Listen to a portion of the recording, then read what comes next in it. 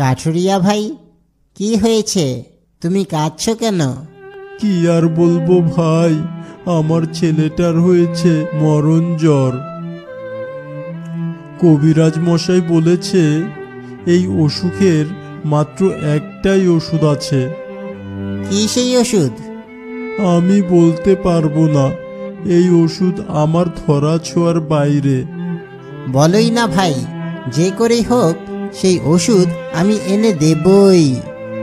তুমি যখন এত করে বলছো তাহলে শোনো শিয়াল ভাই, এই অসুখের একমাত্র ওষুধ হচ্ছে বাঘের দুধ। বাঘ মামার কাছে যদি আমি এই আবদার নিয়ে যাই তাহলে নিশ্চিত ঘাড় মটকে দেবে আমার। আবার না গেলে আমার ছেলেটা মারা যাবে।